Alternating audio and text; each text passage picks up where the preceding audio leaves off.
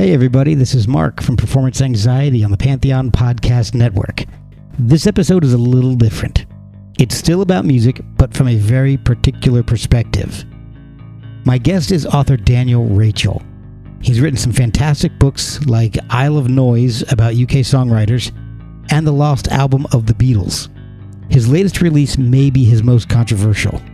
It's called This Ain't Rock and Roll, Pop Music, the Swastika, and the Third Reich.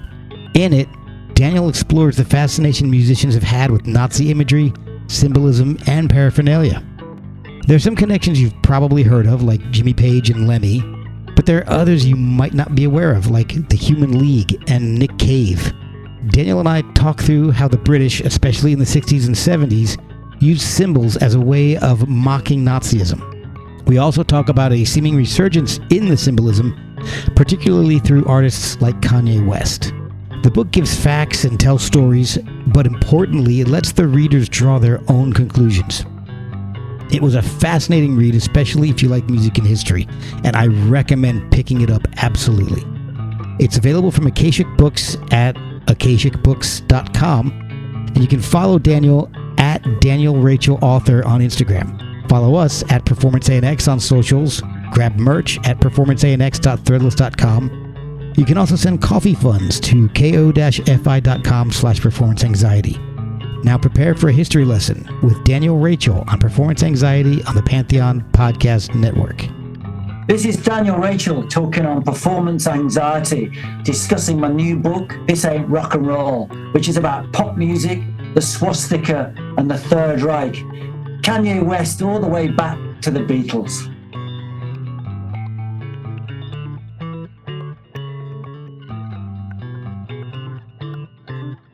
Hey, Daniel. Hello, Mark. How are you doing? Yeah, I'm doing good. Yeah, is it very early for you? It's about 7 o'clock in the morning, so it's not too Just bad. trying to get you into a big screen here. There we go. Hey, you all right? Yes, sir. I'm doing okay. I've got my trusty cup of coffee right here, so I'll be all right. I just made one too. Fresh from Abbey Road. Oh, nice. Oh, man. It's funny. I was just speaking with a friend of mine in a band in London, and they were just in Abbey Road. Oh, so, which band? Modern Guilt.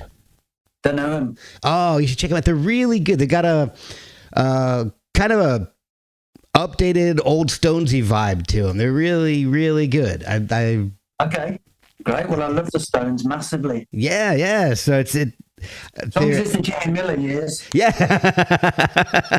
Definitely check him out. I was just talking with the drummer's name is Scott, and I was talking with him last night. So, what are they called again? Modern Guilt.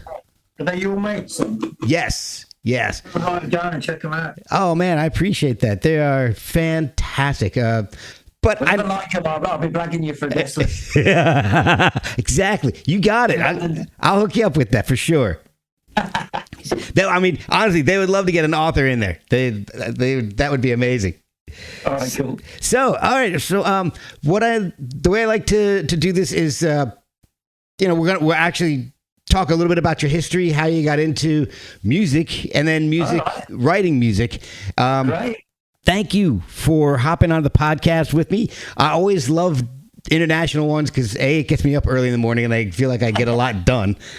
So, but I always feel like I get a different perspective on the music that I'm listening to, or in your instance, the books that I'm reading. It just kind of, I feel like it gives me a different perspective than I'm used to. And it's always fascinating to hear how other people in other parts of the world got into music or writing or both. Yeah, cool. So you are a musician and a writer. And which of those was your first passion? Which came earliest? 100% music. All right. I couldn't write to save my life. I failed everything at school. I was in bottom sets. The only thing I've ever written before writing my first book is a diary and lyrics to songs, because I was a songwriter. So absolutely music, 100%. Oh my gosh. DNA, everything, my life. Don't take it away from me. No, I'm going to try to promote it. What did you start with? Was it? I know you said you're a songwriter and all, and I've listened to some of Rachel's Basement. So Oh, really? Yeah.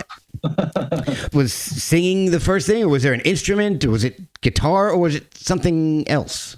I learned to play the guitar when I was about, I don't know, 14 or 15. And then I joined a band with my oldest friend, who's called Simon, who is the lead singer in a band called Ocean Colour Scene. Oh, yeah. I'm very familiar with them. Oh, cool. Well, we formed a band, and then he put me onto bass, and then he told me to go home and write a song. And I said, I don't know how to do that. He said, it's easy. Get a pen and paper, get a cassette recorder, get your guitar, press record, and just sing the song. I said, all right, I'll do that. And then the next day I came back with my first song. Oh, man. Simon's always written like that, and I always wrote like that. So then I was in bands, and then, like you say, I was in Rachel's Basement in the 90s, and then I did a couple of solo albums in the 2000s.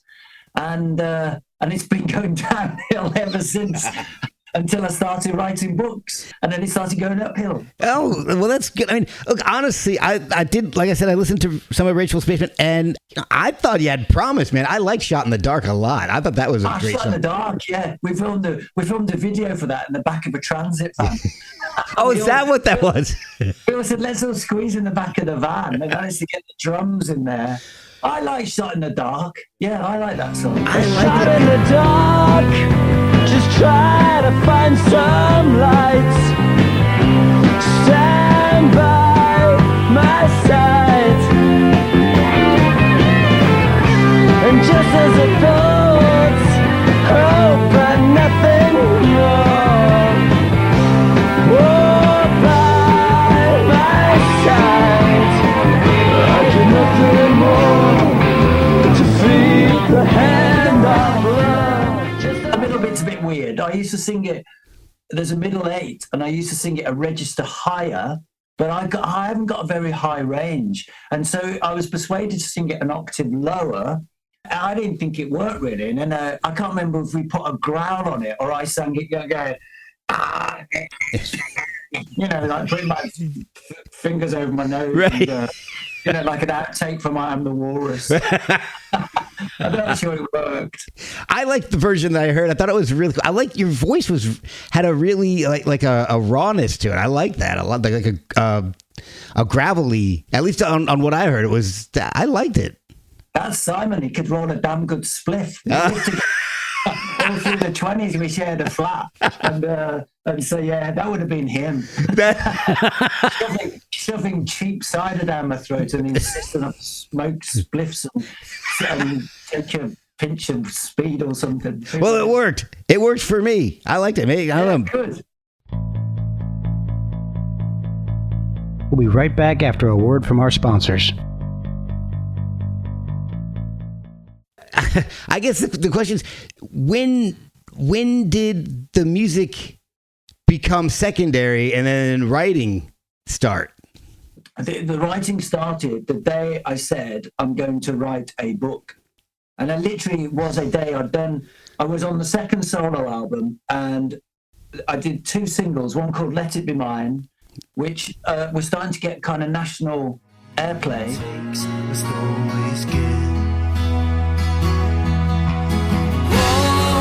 In the middle, there's a love pulling from both sides. Just to give a little, gives a flame to the fire inside. Let it be mine, my mind. Let it be mine, my mind. Let it be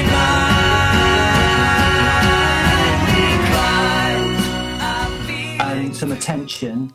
And then I had a follow-up called Hearts and Bones. Yeah. God, which I'm still really proud of that song. But it didn't really do what I thought, it was all on a record label, Dust Records. It was all kind of grassroots. Okay.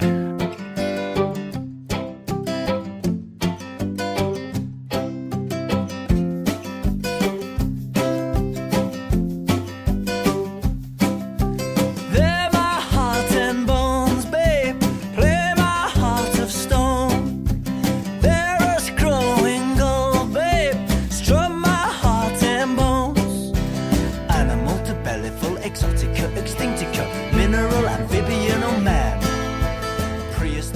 And I was looking, I could see 40 years of old age on the horizon.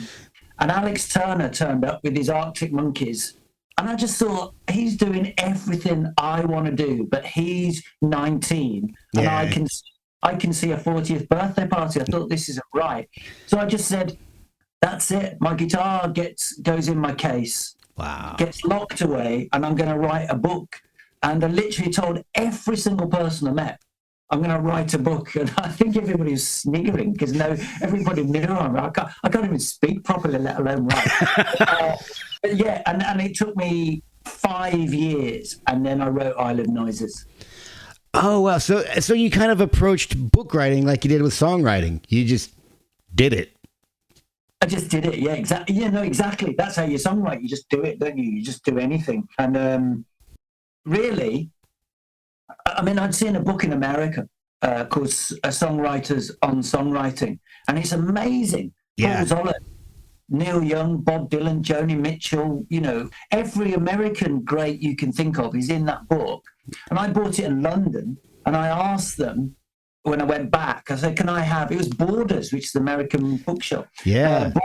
And I said, can I have the English version? And this was about not long after Rachel's Basement split up. And they said, there isn't an English version. I just thought, oh, that's odd. And then that's what the book I decided to write was the British version of that American book. Wow. So I didn't know anybody. I was Billy No Mates, total failure by my own standards, trying to, Google wasn't great, but if you type in contact Jimmy Page, Yeah. what is Jimmy Page's phone number? What is his manager called? Try and find the Pet Shop Boys. Oh my God, trying to find all these artists. Absolutely impossible. And then when eventually I did, write an email or phone somebody, it was just like, well, who are you? Yeah. Oh, well, I'm going to write this book that's good. And everybody's going to tell me about the creative process and why they can write incredible songs. And so it was really hard because everybody said no, repeatedly said no. I can empathize with that. Okay. Yeah. I definitely, especially starting off with this podcast, everybody was like, what are you doing? What cast? And who are you? What have you done before this? I'm like, 2 sports podcasts. And I work in I work for a medical device company. So, Wow. but Wow, good for you that you're still doing it. yeah, well, I do this. I still have that same job, for what that's worth. Do this. I do content photography, and I'm working on my master's degree right now. So, In what? What's the subject? advertising and public relations. Wow. I figured, if the company's going to pay for it, I figured I might as well do something that I can help promote my podcast at least. So, Yeah. so Wow. Good for you. I got 2 more classes and I'm done. So, Wow, now you have a master's. yeah. Well, PhD to follow? No, God, no. My wife asked me the same question, and I'm like, I don't know if I want to do that. Okay. But who knows? I may change my mind. But Who knows? I was going to say, who knows where the time goes? That song. yes, Sandy Denny, isn't that beautiful? Yeah. Isn't that just stunning, her voice? I know. All right. I gotta get back on track here. Sorry, that's my fault. I saw that book your first book, Isle of Noises, and it looks amazing. And I will be 100% transparent. Your new book is the first book that I've read, but Yeah. Well, thank you for reading it. But reading this and then going back and doing the research on you, it's making me want to read your other books, particularly books like Isle of Noises. That looks fascinating for the reason you just mentioned. So you said it took a while to write and to publish. How was the reaction to it? Did any of your subjects of the book get to read it? Did any of them reach out and say, "Hey, this is awesome," or "Hey, this is what are you talking about?" I remember Joan Armour Trading posted about the book. Oh, wow. And somebody criticized her. And she replied and said, I'm really proud to be in this book. I'm really proud that I'm the first person. And she listed stuff that she had done as a songwriter, getting a #1 in the American blues charts for being a woman, Yeah. for being black, And I just thought, good on you, Joan Armatrading, because she was so brilliant to meet.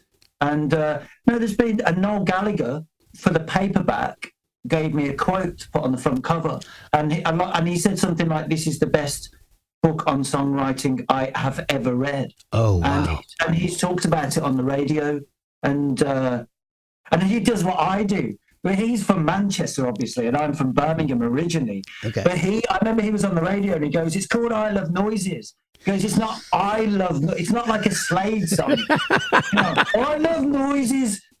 It's Shakespeare, darling. Right. Noel was saying that kind of thing. It was brilliant. I can't remember. He was saying, everybody I love is in that book, and I think he was chuffed that Lee Mavers of the Lars was in there, who's the artist with the smallest catalogue of songs that have ever been released into the public domain. It's less than 30. Yeah, and yet his influence on particularly 90s music is profound. Oh, yeah. And the book was really about lineage of British artists. So you have somebody huge like Brian Ferry or Ray Davies, but also Lee Mavers because he's so important to British songwriting. Yeah. I love that first album. John Powers came from it. I love Cast, so that's cool. So that's one I definitely want to check out. And the other one that really jumped out to me is the Lost Beatles album. That sounds like such an interesting premise. So, well, I was more tentative about that book, and I'm almost surprised I got a deal. But oddly, it's one of the best selling of my books because it was a game. My mate I mentioned earlier, Simon. Mm-hmm. We used to play a game between ourselves. We'd roll a fat spliff and just go, imagine if the Beatles had kept going, what would that next album have been? And over the course of living with each other, we'd find B-sides and tracks and go, did you know Give Me Some Truth was a Beatles song? No, have you heard it? Yeah, listen to this. Or he'd go, listen to this Beatles, listen to Ringo singing early 1970. Oh, wow, that's going on the album then. Yeah. So I thought, it was a pub conversation. And we took it down the pub and then everybody had an opinion.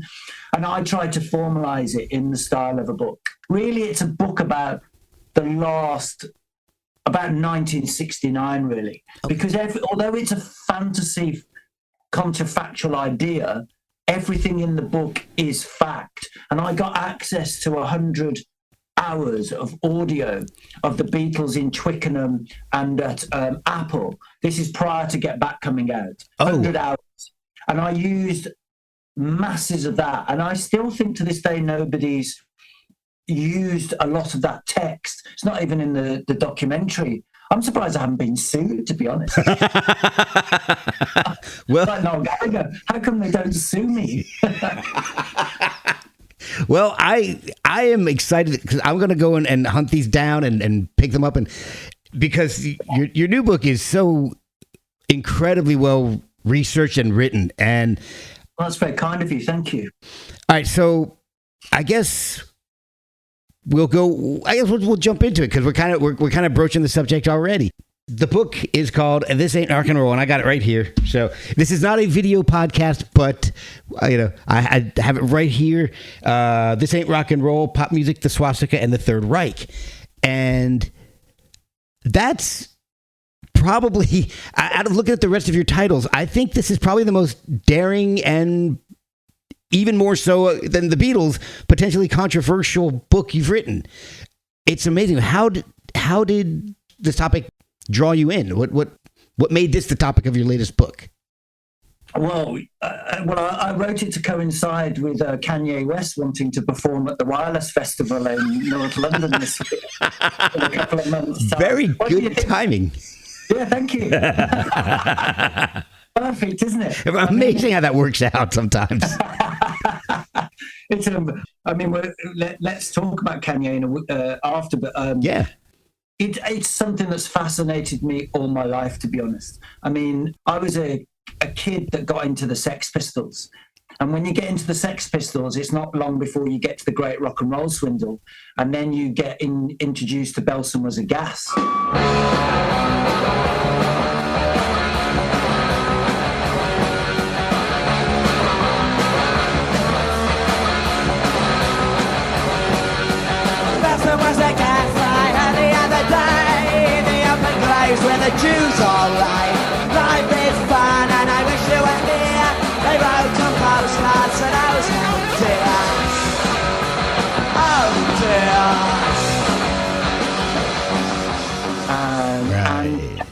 then there's the film, which I had a video of, and the film has got footage of Belson Was a Gas, not only by the original Pistols, well, with the four Pistols, but then also once Johnny Lydon's left the band, and there's a version on Copacabana Beach where an actor's dressed up as Martin Bormann, Hitler's private secretary. All of that, and Sid Vicious in a swastika shirt and whatever else, I found funny. I thought there was humor in it as a schoolboy. Right. But at the same time, I was introduced by my mum to footage of the liberation of the camps at the end of the Second World War. And that was literally the bodies of Belsen. And that was an incredible contradiction, and Auschwitz and Buchenwald and various other extermination camps. But that was a very confusing contradiction between history and cultural history, what I was into, Pistols and the Holocaust. That's been a confusion all my life. And so I think that is the genesis of the book, to be honest. And you touch on it a lot on the book, at least, especially in the beginning.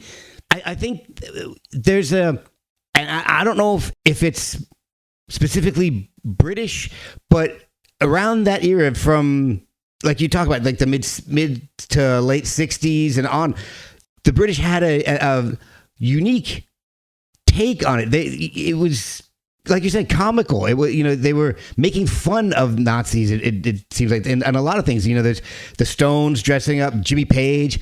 I think even Monty Python made references. It was, that's right. It was everywhere that it appeared. It was almost like they were mocking it. At least that's to me. There was a massive sense of mockery on British television and British cinema in straight away, almost from the end of the war onwards. But I wouldn't exclude the States from that. Okay. You can look to Charlie Chaplin, the great dictator. You can look to the Three Stooges, and Bugs Bunny.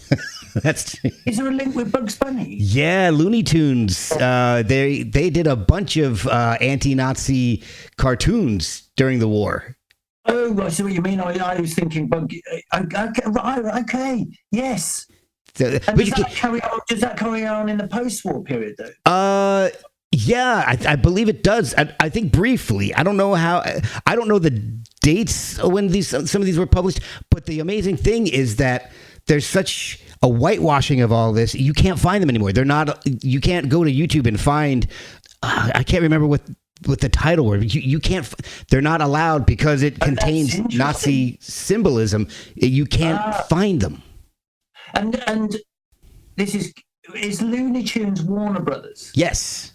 Okay, so that's separate from Walt Disney, who was compromised regards the Third Reich. Correct. Yes. Oh, that's interesting. Maybe I didn't write about Bugs Bunny. That didn't occur to me. I should go back and look at that. Well, and the thing is, I don't know what reach Looney Tunes had in Europe, and also, it's just, I didn't know if that was. I grew up with Looney Tunes. Oh, okay, so did I. 70s, yeah. Yeah. I'm 52, so yeah, that was every Saturday morning. I'm up watching the cartoons, and those anti-Nazi were mixed in with the Foghorn Leghorns, and the Yosemite Sams, and it was like Bugs Bunny fighting Hitler and the Gremlins. They had some that were really obviously pro-America, but the Germans and the Japanese were portrayed very terribly. Is that why they're not available now, do you think? Because it would damage relationships with those former Axis countries? Possibly. If in today's light, the ones that are anti-Japanese look incredibly racist. Oh, okay. But the one again for Germany, I think it's because there's anything with Hitler, you can't post anywhere. It gets immediately deleted. And I have wondered with algorithms, because lots of in the last couple of years or so on X, my posts have just pretty much zeroed out. Yeah. Whereas Facebook, they're still quite they're really strong on Facebook. But yeah, that's very strange.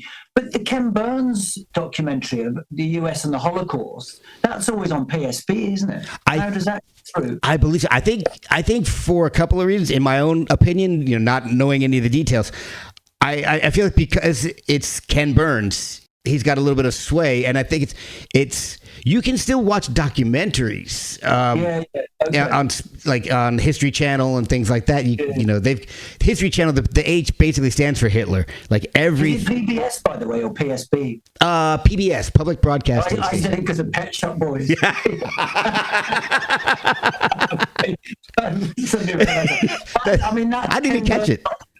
That Ken Burns documentary was absolutely brilliant. He's one of the great documentary makers, isn't he? He really is.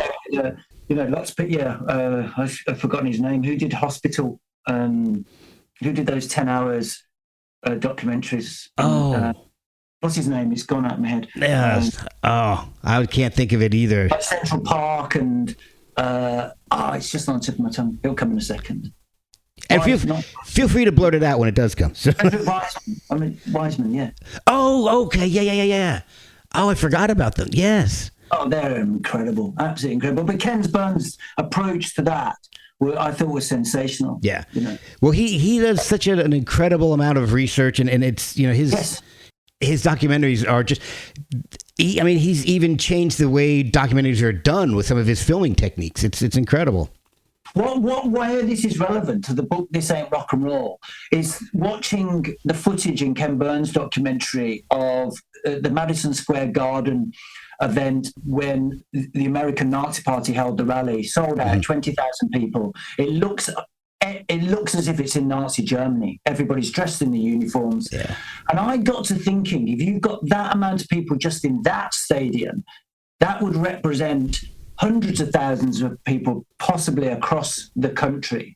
And then you begin to think of those people who had children or children of children. Yeah. And that must play out in somehow why you get to people like Iggy and the Stooges and New York Dolls, Ramones, those kind of bands that began to use Nazi regalia, whether it's as silly or as just carving out a swastika on a school table, or whether it's going to the extreme of wearing a full costume or wearing swastikas on your jacket. There must have been Americans with families that had a pro-Nazi sentiment. Oh, I'm sure. I mean, the Lindberghs. Yeah, exactly. Charles Lindbergh. Yeah. The swastika was so integrated into American culture before the Nazi Party anyway. Coca-Cola on airplanes, stuff like that. Yeah. So as it was British culture. Yeah, and Indian culture and so many other cultures use that symbol, that design, and now that's all wiped out. I mean, I think that there's a slight difference there in that the swastika in its original form, goes back over 2,000 years and can be found across continents. Yep. And generally means a peace symbol, a symbol of goodwill. And then obviously Adolf Hitler redesigned that in 1919 and he surrounded it with white and red to represent nationalism and the social idea. And then in Mein Kampf, he explicitly says that the swastika now represents anti-Semitism. So we then see a switch in that symbolism. And I think that the use of the swastika in popular culture from there on has to recognize, is it that I never pronounced this right in German, the Hakenkreuz or Hakenkreuz, I know that some musicians use it as the ancient symbol of peace, but it's often difficult to differentiate. And in the modern world, modern context, it will immediately be seen as that of the Third Reich. And perhaps musicians played on that anyway, I'm thinking of the guy in Jefferson Airplane. He wore one, didn't he? An ancient symbol. Oh, Monterey, you can see him wearing that. Yeah. Oh, I had forgotten about that. Yeah. And, in more recent times, Crispian Mills from Kula Shaker. Well, that's very confusing because he was obviously really versed in Indian culture. And within his whole rhetoric, within his music. But then he made comments about Hitler and wanted to hang a swastika on stage, and he crossed over the fine line between where and what does this belong to. Yeah. And then, of course, that kind of intrigued the media, and then it became clear in his previous bands and associations that he had fraternized with right-wing and neo-Nazi people, or been on the same bill as when he was in Objects of Desire and such things, and it confused the issue, which is a great shame because they're an absolutely fantastic band, Kula Shaker. Oh, I love Kula Shaker. I actually had Crispin on the podcast several months ago, but have you got a contact for him? Because I need him to be in my new book. Yeah, I get you his PR people. Yes, please. Thank you very much. Of course.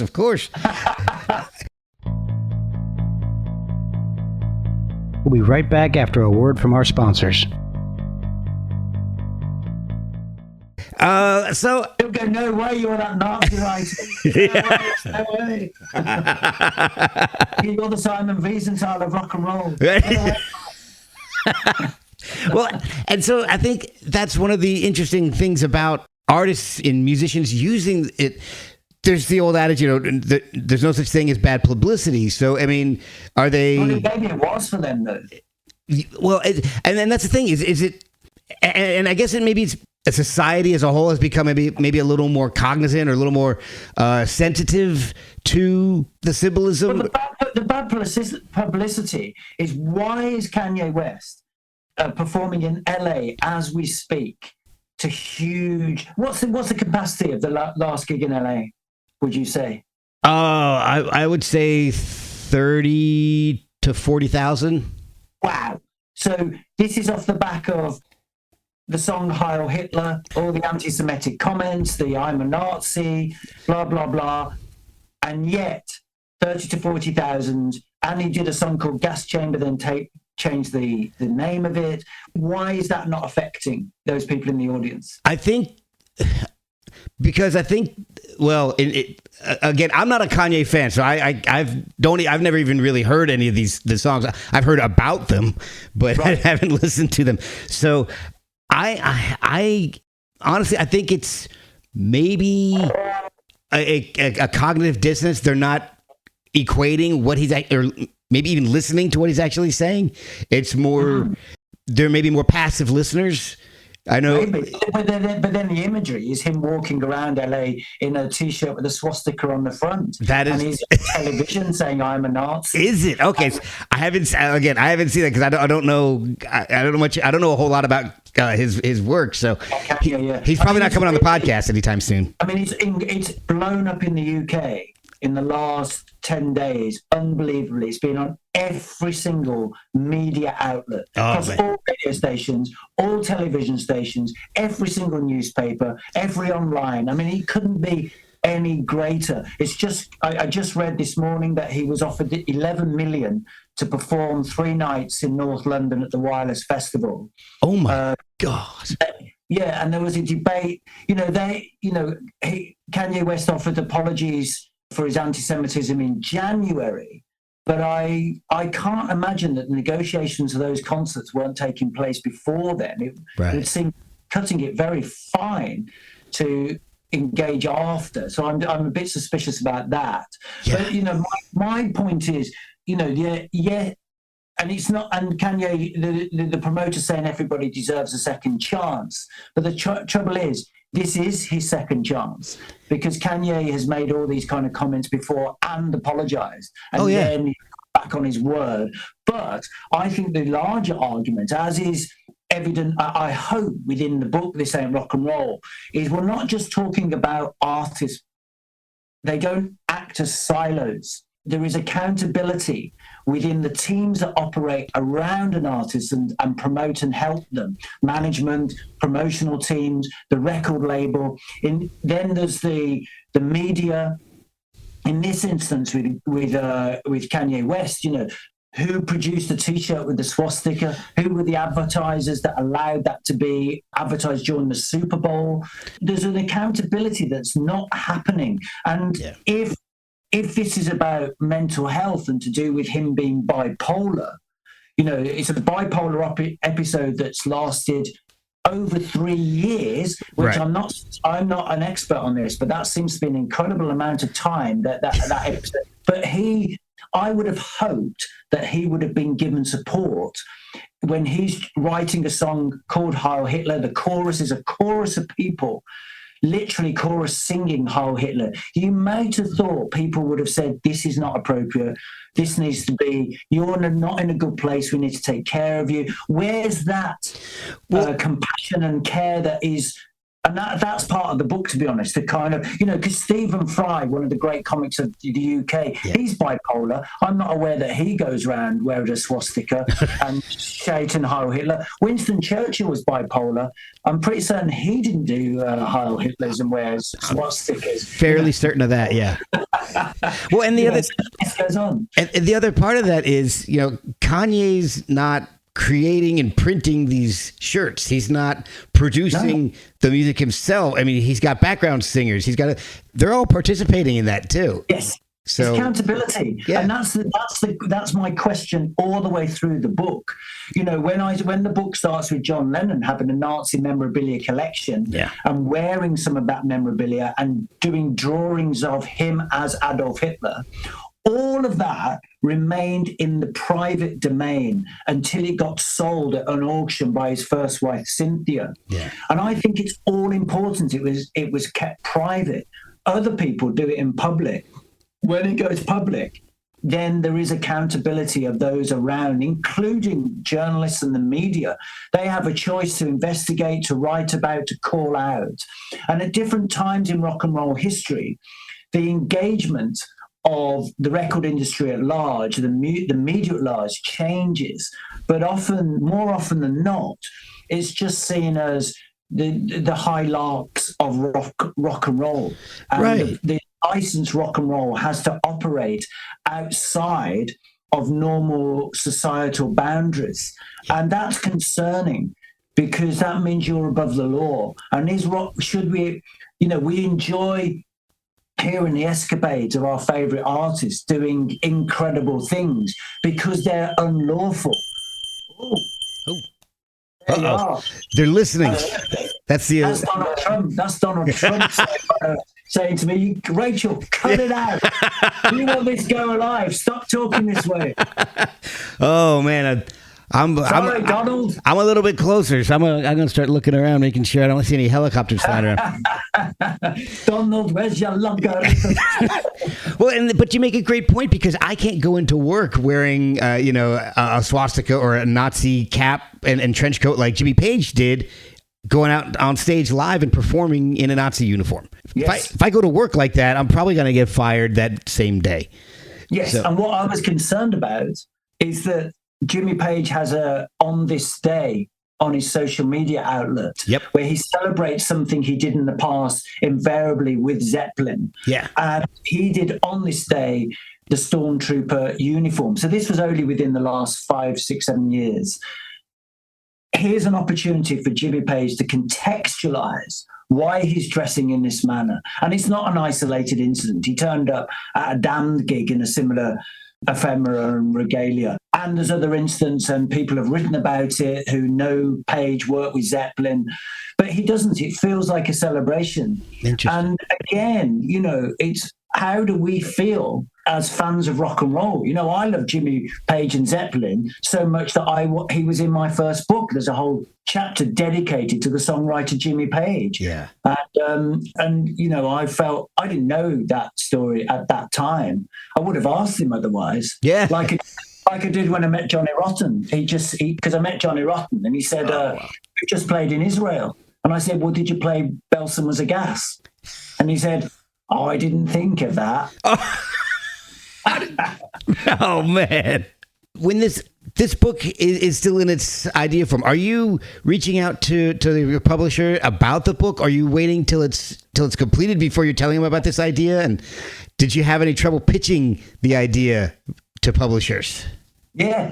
In the UK, it was turned down by more publishers than I've ever been turned down by. And that was when I wrote my first book, because I didn't have a book out. Wow. So I had Island Noises was flatly refused by pretty much every publisher that ever got to see it. That's amazing. And so the same thing happened with This Ain't Rock and Roll, including White Rabbit, who published the book. They initially turned it down. Wow. And to the publisher's credit, Lee Brackstone, he came to the launch of the book and said publicly, I love it when an author proves me wrong. Because I just said, I'm writing the book anyway. And he just said, okay, well, now you've written it, because I phoned him back up again. I said, I'd really like you to be my publisher. Yeah. Because you did such a brilliant job with my two-tone book. And he said, well, let me read it then. And he read it, and he just immediately said, I'm publishing this book. And he just feared that I wouldn't do it with the right sensitive hands that this subject matter needed. Yeah. And he's been absolutely incredible ever since. And when Akashic in Brooklyn, who were the publishers for the US version, Johnny Temple, he came over to the UK and wanted to meet me, which was really great of him. And his concern was there wasn't a summation of my argument at the end of the book, which there is in the book. There's an epilogue now, but that epilogue didn't exist originally. I wrote, the ending was a travelogue when I went in 2023 to Poland.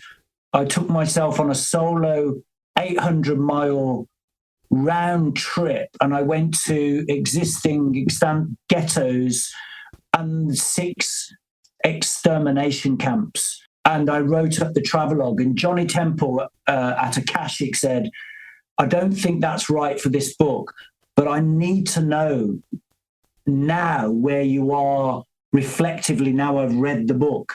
And that was a great call, and Lee Brackstone at White Rabbit agreed.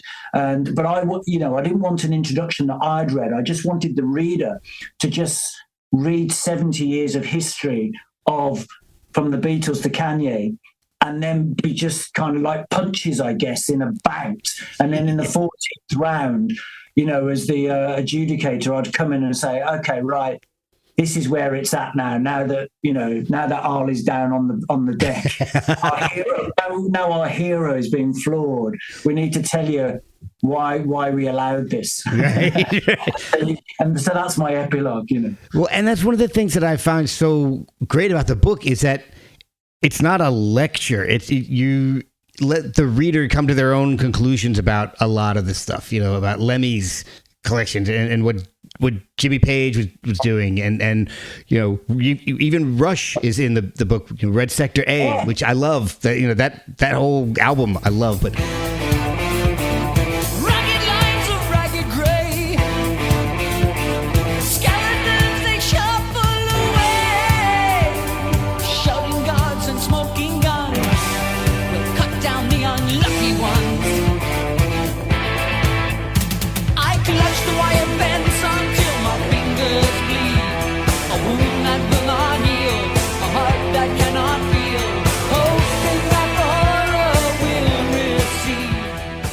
It's you're not condemning is a word, but you're not leading people to a conclusion that you want. You're letting the reader come to their own conclusions.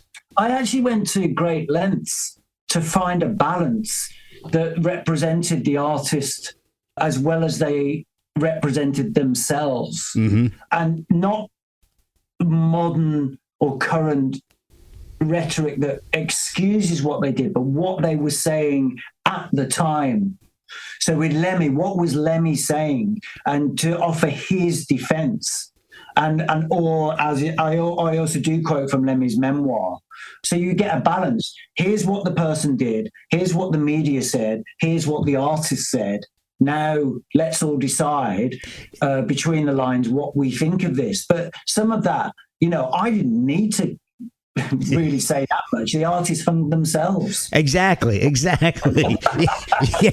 You didn't do the extra work that is unnecessary extra work. I don't know. I can't think of the right word. My brain's I'm still ingesting my coffee, but yeah. So you need a triple shot next time.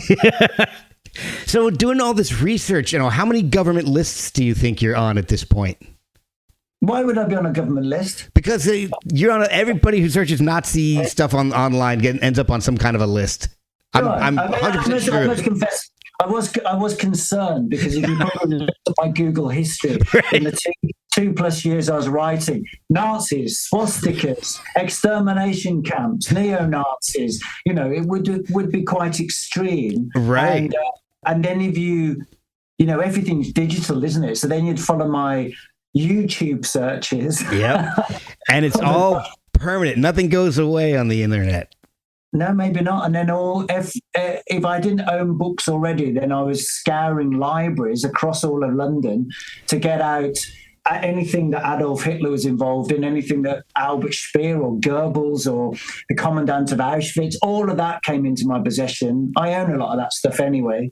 Maybe buying tickets to go to the Imperial War Museum, to go to the Holocaust, my journeys to Poland, as I said, to northern Germany, to, everything, my trail. Exactly. But I've been doing that since I was a teenager. I mean, I went on a Nazi tour of Germany when I was 19. Wow. Of my own volition again. Yeah. I went to Nuremberg, I went to Dachau, I went to Berlin, I went to Theresienstadt in what was then Czechoslovakia. As I say, that's always what I'm interested in. But, I'm not... I don't know what does it? I don't know. What's it mean to be on a government list? Who knows? Let them read the book, and then they can. It's another sale, isn't it? Well, there you go. I like that attitude. That's freaking great. Yeah, but again, it in Europe, there's a different. I'm trying to think of the right word. Everybody in Europe had a different experience with Nazi-ism and Hitler than we did in the U.S. We weren't being bombed 24 hours a day by Germany, as a lot of Great Britain was. So I can, it makes a lot of sense that the interest and the fascination in Europe and in the UK for the Third Reich. Maybe because the Allies. I don't know if Allies' loss of life. Actually, UK loss of lives were relatively low in the Second World War, and I wouldn't take a single life away from a US service person who fought the Axis countries. Yeah, and maybe there is more fascination this side of the pond. I don't know. I mean. Yeah, maybe. I don't know. As a country, you all, the UK and Western Europe and all had a direct impact. Yeah, well, the Beatles, they were. That's the thing, people like the Beatles and the Kinks, the Stones, the Who, they played on bomb sites. Exactly, and in Liverpool, in Coventry, in London, Newcastle, where the Animals were, because we were bombed. Yeah, of course, and that's part of the reason why when the Germans went to Hamburg. Great. Now's our time. I mean, we inflicted incredible devastation on Hamburg, on Dresden, as the Allies. But you can see why that kind of face-off was happening between the Fabs on stage and the Germans in the audience. Exactly. Because, we're facing the enemy. People would have had experience of family members and extended family who fought and died. That's certainly there. But then you can jump to Lady Gaga and Madonna, and they're getting off on the night porter and using the costumes of they're taking the theatrical ideas of a film that represent the Holocaust and using it to sell records and make beautiful looking videos. And so, why would they be doing that? Yeah, I know what you're saying. I think you're right. But it's also, but members, what's his name from the Stooges? Ron Ashton. Ron Ashton, yeah. His father, the members of the Ramones who have got links directly to Germany and Jewish connections, German connections. These artists, these were getting Nazi regalia given to them, and they've got connections through their own families. Right. So it works in a similar way. So there's a lot of... But there is just one other thing, though. Yeah, go ahead. I think a fundamental narrative that runs parallel in the book is trying to remember why the Allies fought the Second World War. And you can obviously look to the Pearl Harbor, etc. But Germany was fighting the war, as they said, as Goebbels said, as Goering said, as Adolf Hitler said, this is a racial war. And Right. that's what Lebensraum is about living space, conquering the East, living space for the so-called Aryan race. And to provide that space, that means cleansing, annihilating the European Jewish population. It also meant annihilating gypsies, i.e. Roma and Sinti. It meant getting rid of anybody that was gay, anybody that was Slav, Russian, Poland, anybody that was deemed by the Nazis mentally or physically not perfect. These people had to be wiped out. But whether that translates to a soldier coming from the States or from the UK, and I think that's exemplified by the film of Eisenhower at the liberation of Buchenwald. And he says to camera, and then bear in mind, this is really important, this is April 1945. Mm-hmm. Pearl Harbor's 1941. And he says to camera, you know, soldiers say to me, why are we fighting this war? And then with the backdrop behind him of emancipated bodies, killed but murdered, he then says, they sure as hell will know now. Yeah. How did it get to April 45 and a soldier not knowing why he's fighting the war? I've wondered that a lot, because I have often heard that a lot of the military was not aware of the concentration camps and the extermination camps until they were discovered in the mid 40s. The echelons, high echelons of the military knew. Yeah. That's fact. Yeah. That was eventually even made the press, and it's evident in Ken Burns's film, and it's in the documents of the British government. They knew, but how that filtered down and the seriousness of it by the media and the filtering down to the everyday soldier, that's another issue, and the extent to what it was. It's the same way in which Europeans, their claims of how much did we know we didn't know. I mean, that does not add up. And there's, you don't need to buy This Ain't Rock and Roll for that to be proved. That's right. In decades of historical research and film. And, that's most evident. And it's even evident to me going around Poland now, when you go to what remains of some of these extermination camps and the proximity of families and houses that existed then and are still there now. And, if you go to, for example, Majdanek, it's the extermination camp there in Poland. It's within, not Lublin, what's the country? But it's within half a mile of the center of the city there. Oh, wow. You can see, if you're standing in the camp, you can look over the cities. That's how close it is. And that's an extermination camp with a gas chamber, with, smoke of burning bodies round the clock. There's no denial. Wow. Speaking of research, you've done an incredible amount of research, and there's so many artists and bands mentioned in the book that I didn't even realize, like Human League. And were there any surprises in your research? A connection that you didn't know about, or I didn't know about Human League. Human League to me is "Don't You Want Me, Baby." Yeah. Rock and roll, and some of their Empire State, whatever. They're great singles. Then you find out that in their early years they used to project images of the Third Reich behind them because one of them had an obsession. Pre the girls joining the band, right. Of Sheffield. But there's lots of little things like that, or a swastika on the front cover of a Bad Seeds, Nick Cave and the Bad Seeds album. There's lots of or Skids. There's lots of minor bands. But I was trying to, as the front cover says, talk about pop music. And the whole Beatles thing. There's a lot of stories in there that I was very shocked about. I just went to see a screening of A Hard Day's Night. Oh. Knowing that when the Beatles went to the premiere of that and stood on the balcony of Liverpool Town Hall, 200,000 people in front of them, and there's a film crew capturing John and Paul Sieg-Heiling, and Ringo tells them off. They did the same in Melbourne, and they were in the newspaper, and a photograph of John and Paul Sieg-Heiling. Things like that are surprising, especially as a mad nuts Beatles fan that I am.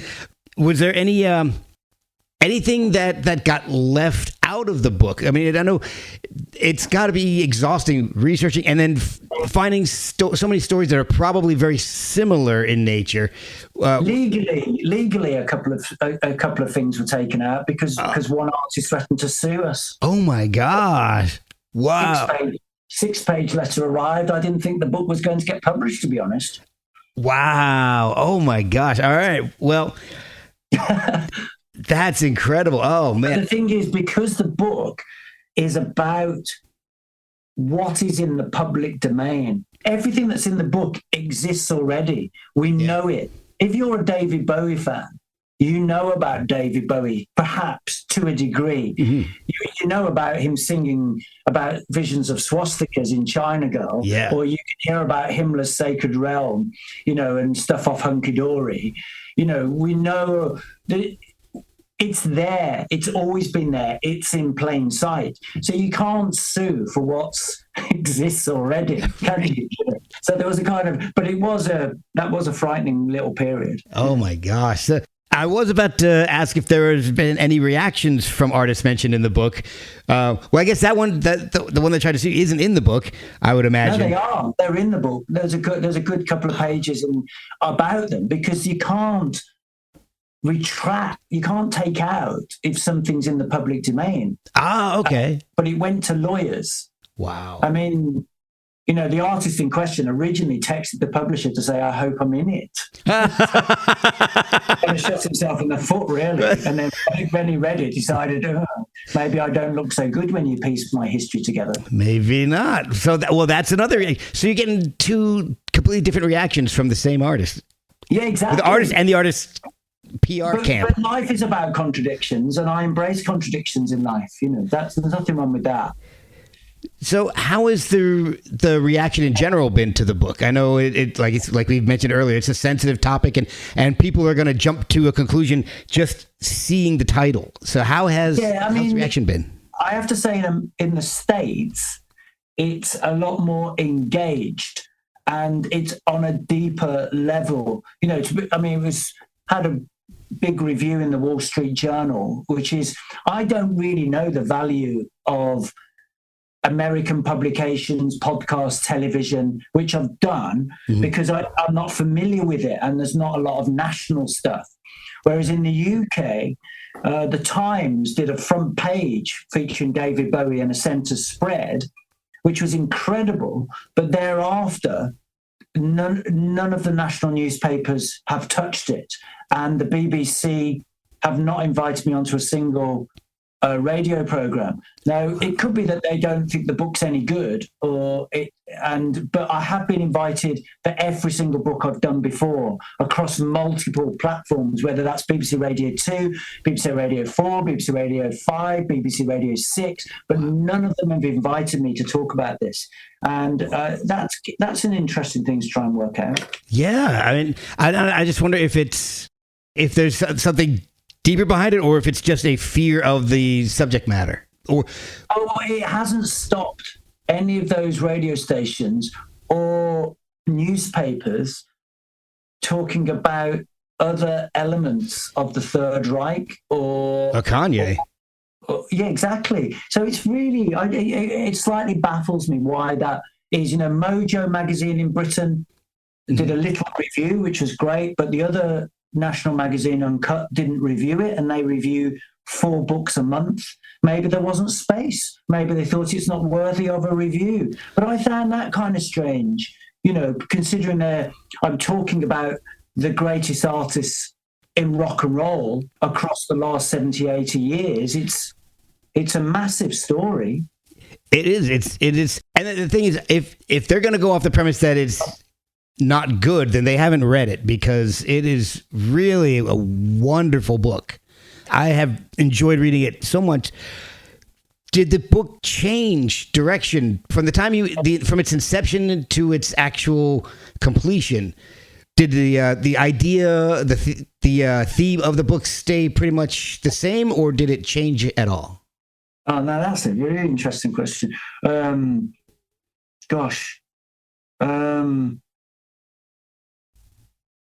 don't write books linearly. Okay. So I could have been writing about Madonna at the beginning and the Beatles towards the end, that kind of thing. Yeah. I think there's a parallel narrative about the persecution of minorities in Germany, and particularly European Jews. Mm-hmm.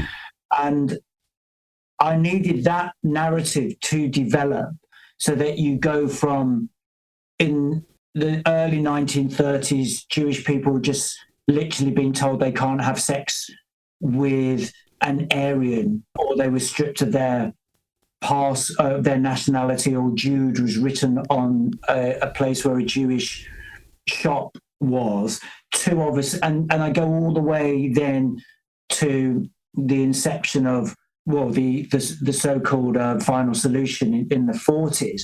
And so I was trying to find examples within rock and roll that enables that narrative to develop. So obviously something like Belson was a gas by the Sex Pistols, enables you to talk about Belson, its original source. Mm-hmm. Whereas Hey Jude by the Beatles enabled me to talk about Jude being written on a window. And then, Belson, for example, is a concentration camp, doesn't have a gas chamber. Right. Whereas somewhere else is an extermination camp, which uses different methods to kill. So that was an important development. I think originally, perhaps I thought the narrative might die off in post-punk, early 1980s. And then I was quite surprised, say, for example, when I started looking into K-pop, because a few controversies blew up while I was writing the book. Chae Young was one of them. Okay. The artist, she's huge, but she wore a swastika within a Sid Vicious photograph. Oh. And that made massive national news across the world. And she retracted the image within 3 hours and issued an apology. And that got me into kind of a lot of other K-pop artists and there's a lot of Nazism and playfulness with costumes and ideas in that world. Oh, wow. Okay. That's interesting. And I know we'll wrap up here in a second. I don't want to take up your entire afternoon, but do you remember what was the first artist you ended up writing about for this book? Oh, gosh. The first story. Do you remember? The first story? Because that, to me, I always find something like that is interesting. Like when you come up with an idea like this, who is the first person you end up writing about? That, to me, I think that kind of sets a tone for a lot of the writing afterwards. So I'm always curious. I don't really know. I mean, if I was to explain slightly how I develop books, sure. Yeah, it comes out of research. So I would have picked up Mein Kampf and I reread that and started watching films. And while I'm doing that, I start making notes, handwritten notes. And I do that for quite a long time. And then I type up those notes. And within that, I'm just putting down markers. So like using illustrations I've said already, I might have seen footage from 1934 of shop windows with Jude, and then remembered a story about the Beatles, Hey Jude, and written that in and left that, then maybe done the thing about the Pistols. And then every so often I go back to my notes and begin to write a little bit more here and there. And so what I end up with is a few hundred pages of notes. And then I begin to, it's like a massive pile of stone in my head, and then I sculpt it, and I slowly sculpt, and I might do a bit at the top or a bit at the bottom or a bit in the middle, and all the time I'm just sculpting and honing, and then at some point I begin to think, it's really formulating. So I don't know if I could pinpoint it. So it could have been like several artists all at the same time. That could have been, yeah. Okay, because when I first found out about the book, the first thing that popped into my head was me walking around in like 1992 or 93 on college campus with a Jimmy Page shirt of him in the Nazi stormtrooper outfit with a big. Wore that?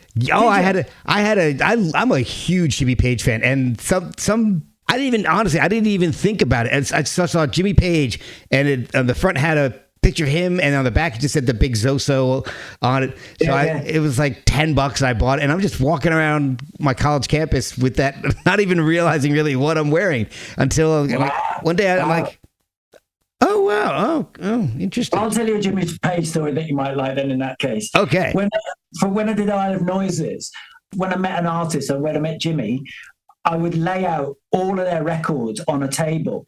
And then when they came in, I'd say, this is what I want to talk about. The music. Yeah. And I was slightly scared because it looked a bit insane that I might be a nutter that collected all their records. But it was meant, and in fact, while we talked, Jimmy would pick out a certain record and go, well, that track reminds me, or this reminds me. But what Jimmy immediately picked up was a cassette, and it was a bootleg. And it was a bootleg my brother owned. And it had all workings out of leading up to Z4. And he said, and there's a bit, and also on the end of he's got parts of Kashmir, but him working it out on a guitar. Oh man! And he said, you know, this tape. The reason this tape exists is because somebody broke into my house and stole my recordings. Yeah. And that's why it became a bootleg. So he was kind of upset, and it was like, oh no, yeah, really upset, because he was like, where did you get this from? And he was upset because that had happened to him. Yeah. And he told me the story of why it was stolen, his suspicions. But it's something that was very personal, revealing how he wrote, which shouldn't have been in the public domain. But it turned into a brilliant conversation, because I started saying, you know, I unpicked the recording of what became Kashmir, because you can hear certain things in this unformed piece of guitar music, and it was about me asking him, do you have a narrative of a song, before Robert put words onto it and formed it into something else? And he was like, absolutely. And he started describing how he conceives a long passage of music as having different stages within it, almost like opera, and that has narrative. So it turned into a brilliant thing. So, and he looked magnificent. So that's the first thing I said to him. He looked brilliant, but he wasn't wearing any Nazi stuff at that point. Well, that's good. It's funny because I'm a huge Page fan. I got a bunch of Led Zeppelin boots myself and Jimmy Page boots, and one of my favorite things is listening to the demos and hearing, like you said, hearing how a song progresses. Like I've got a bootleg and it possibly it's the same one that you've got. It's got an early working out of No Quarter, where it's a faster tempo and it's a little more jazzy sounding. And Robert's not really singing any lyrics. He's just kind of working on the melody, like ba ba ba ba ba.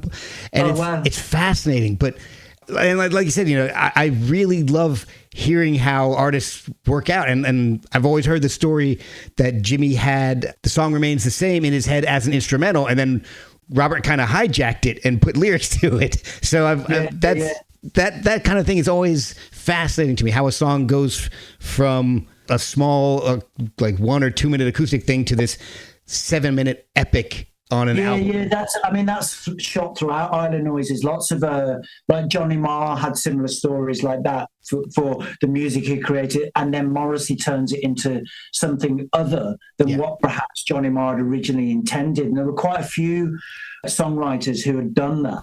It's amazing. It's really fascinating stuff. I'm going to have to check out that book, because I think that could be an amazing topic in and of itself. Just how a song goes from the guitarist with his original idea to the whole band and how it changes. And then Squeeze, if you know them, that's another one. Yeah. Glenn Tilbrook got the whole music, and then Chris Difford does something entirely different with it. You know.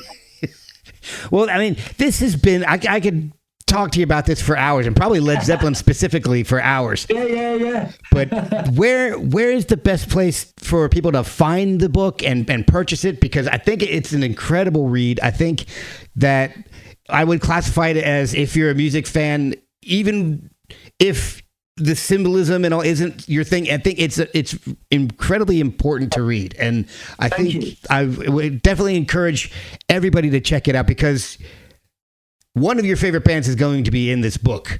Yeah. And it's kind of eye-opening for me. I mean, some of them are a little are more innocent in the sense of like Rush and the song Red Sector A, and some maybe not so much. So it's really Red Sector A, flipping out, wow. I mean, the background of Geddy Lee, incredible.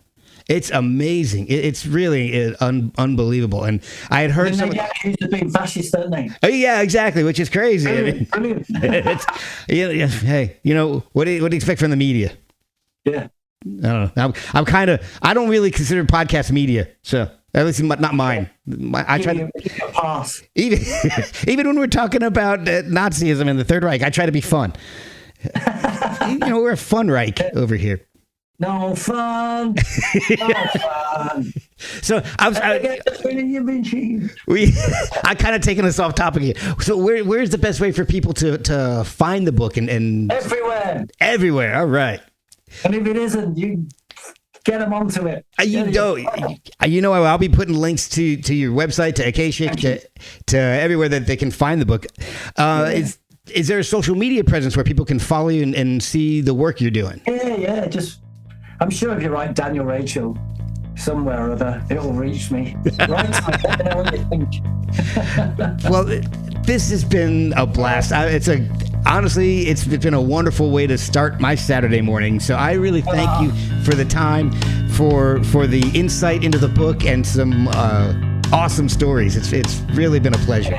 Great talking with you, Mark. Thank you.